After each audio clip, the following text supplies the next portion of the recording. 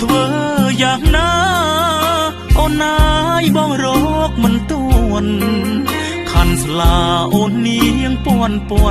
បងរកមិនតនជូនម្ដាយជីវ៉ាខ្លួនបងអ្នកក្រជាកម្មកររោងចក្រ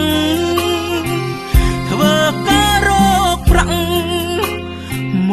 កពឹកគ្រប់ខាន់ស្លាលក់គោលក់ក្របីដីស្រែចំការតើបានប្រាក់ពីណា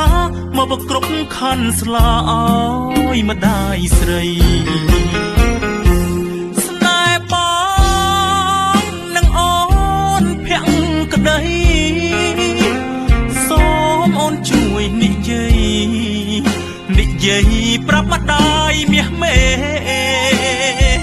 ខ្លួនបងអ្នកក្រឋានៈជាកម្មករគេសូមអូនប្រាប់ម្ដាយមាសមេជុំខាន់ស្លាឲ្យបងផងអសងសាអើយសងសាអើយសងសាបើម៉ែចុំខាន់ស្លាមេត្តាអូននាងប្រាប់បងខំរកប្រាក់ត្រៀមខាន់ស្លាទុកផងសង្ឃឹមអូនមិនបែកខ្នងបងនឹងនួនល្អងនឹងបានរស់ជុំគ្នា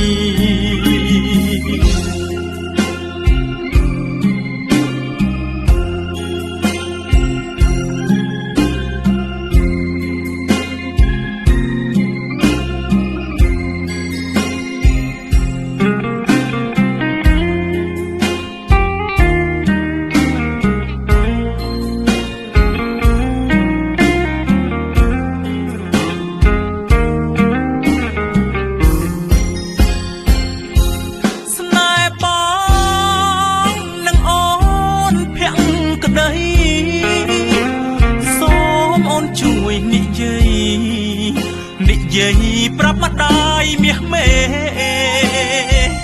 ខ្លួនបងអ្នកក្រឋានៈជាកម្មករគេសូមអូនប្រាប់ម្ដាយមាសមេជុំខាន់ស្លាឲ្យបងផងអសងសាអើយសងសាអើយសងសាបើម៉ែចុំខាន់ស្លាមេត្តាអូននាងប្រាប់បងខំរកប្រាក់ត្រៀមខាន់ស្លាទុកផងសង្ឃឹមអូនមិនបែកខ្នងបងនឹងនួនល្អងនឹងបានរស់ជុំគ្នា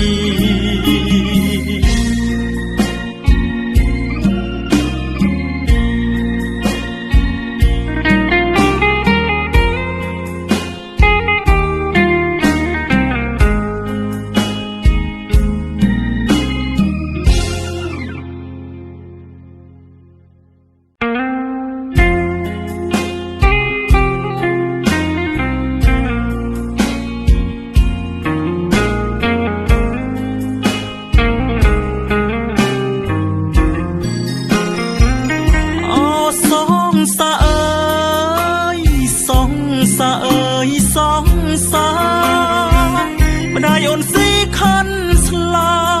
ដុល្លារខ្ពស់ហួងដៃបងធ្វើយ៉ាងណា